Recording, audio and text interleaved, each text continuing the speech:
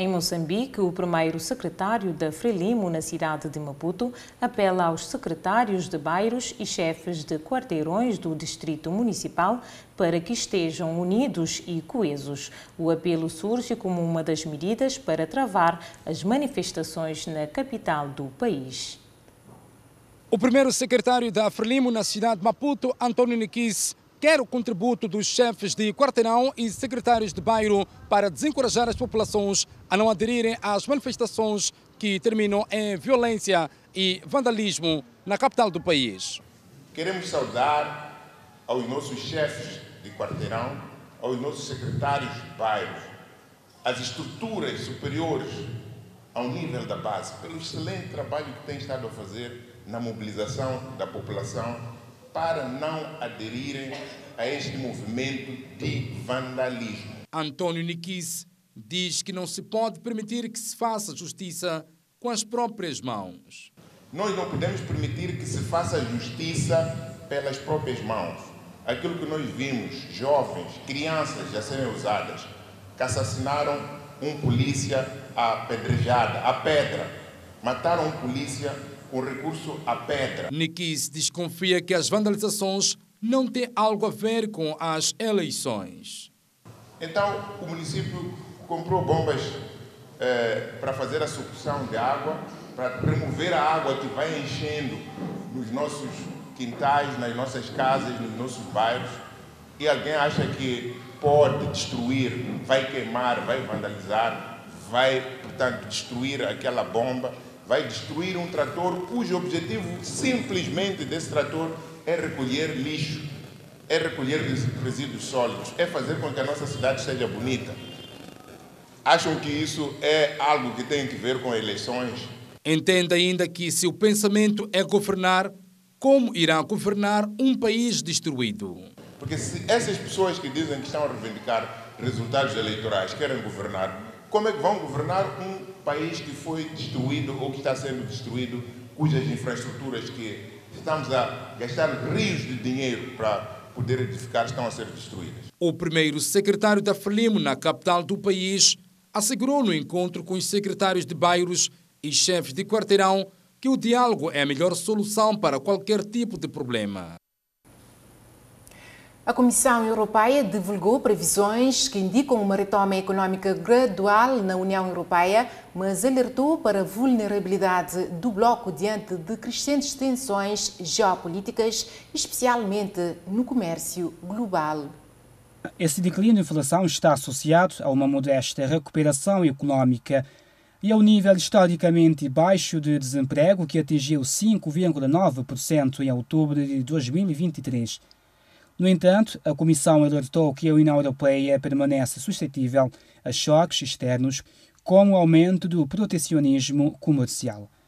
A recuperação da economia global ainda enfrenta incertezas e a possibilidade de novas tarifas impostas por países como os Estados Unidos, sob a liderança de Donald Trump, poderia prejudicar a economia aberta da União Europeia. Trump, que venceu as eleições de novembro, prometeu impor tarifas sobre importações de países como a União Europeia, o que poderia aumentar as tensões comerciais. A Alemanha, o maior membro da União Europeia, é projetada para ter o crescimento mais baixo do bloco em 2025, sendo 0,7%, e em 2026, 1,3%, devido à fraca demanda interna e externa e à escassez de mão de obra no setor da construção.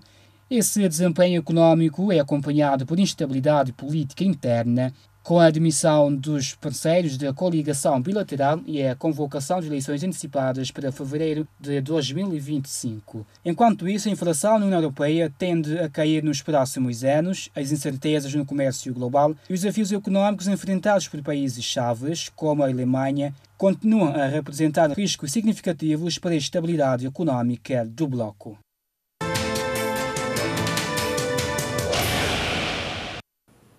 Pelo menos 10 pessoas morreram e 2 ficaram feridas em um incêndio ocorrido no lar de idoso no nordeste da Espanha. Acompanhe agora no Giro pelo Mundo.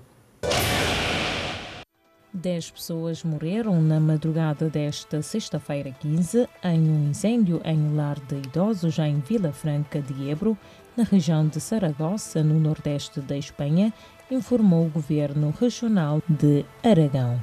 O incidente aconteceu enquanto 82 pessoas estavam na residência, todos retiradas pelos bombeiros assim que o fogo foi controlado. O alerta foi dado por volta das 5 horas e o fogo teria se iniciado em um dos quartos, segundo Fernando Beltrán, delegado do governo espanhol em Aragão. As causas do incêndio ainda são desconhecidas, mas uma investigação judicial foi aberta para apurar o ocorrido.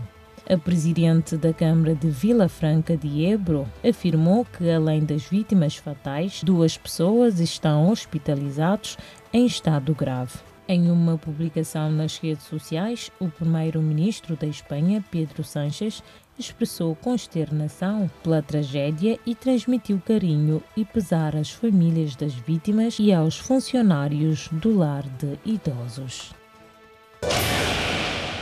O diretor-geral da Agência Internacional de Energia Atômica, Rafael Grossi, reuniu-se em Teherão com Mohammed Islam, chefe da Organização de Energia Atômica do Irão, para discutir o restabelecimento do acesso dos inspetores da agência ao programa nuclear iraniano.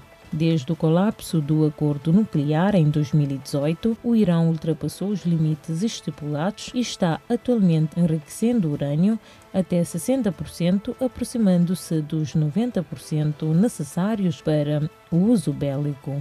Durante a conferência, Rafael destacou a urgência de alcançar resultados concretos para afastar a região de potenciais conflitos em um contexto de escalada de tensões no Médio Oriente, com a possibilidade de Donald Trump voltar à presidência dos Estados Unidos da América. O Plano de Ação Conjunto Global, assinado em 2016 por 7 países e pela União Europeia, estipula a suspensão de sanções contra o Irão em troca de limitações no seu programa nuclear.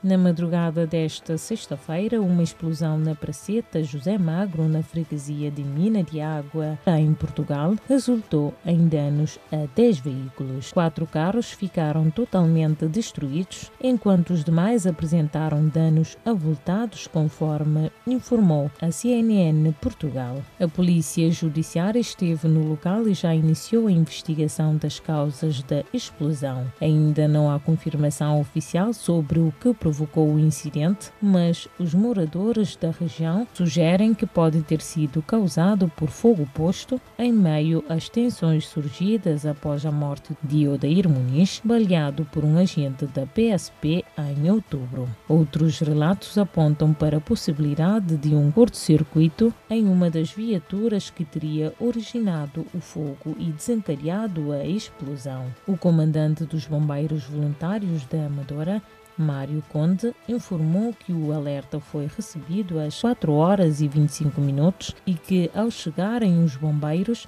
encontraram um incêndio em propagação elevada. A operação de contenção contou com 20 bombeiros e 5 viaturas e o fogo foi totalmente extinto por volta das 6 horas e 15 minutos, evitando que se alastrasse a outros veículos. Voltamos à África para noticiar que as Forças Armadas da Guiné-Bissau comemoram neste sábado 60 anos de existência. Um marco importante, Elizabeth, associado ao centenário de nascimento de Amílcar Cabral, figura histórica e líder da luta pela independência. A principal celebração ocorre na Avenida Amílcar Cabral, em Bissau, onde são esperadas autoridades nacionais e internacionais. As festividades incluem o lançamento do livro O Percurso de um Combatente, a autobiografia do chefe de Estado-Maior-General das Forças Armadas, que reflete sobre o seu trajeto de uma década à frente da instituição militar. A cerimônia será encerrada com um desfile militar e o aguardado discurso do presidente Umaru Sissoko Embalo. As comemorações ocorrem numa semana de grande expectativa após manifestações de oposição, inicialmente prevista para coincidir com o evento. Os protestos respondiam ao adiantamento das eleições legislativas, inicialmente marcadas para 24 de novembro, após o presidente dissolver o parlamento em dezembro de 2023. Além do presidente Embalo, estarão presentes os chefes de Estado do Senegal, Congo, Gâmbia e República da Guiné e delegações de países como Cabo Verde, Angola e China.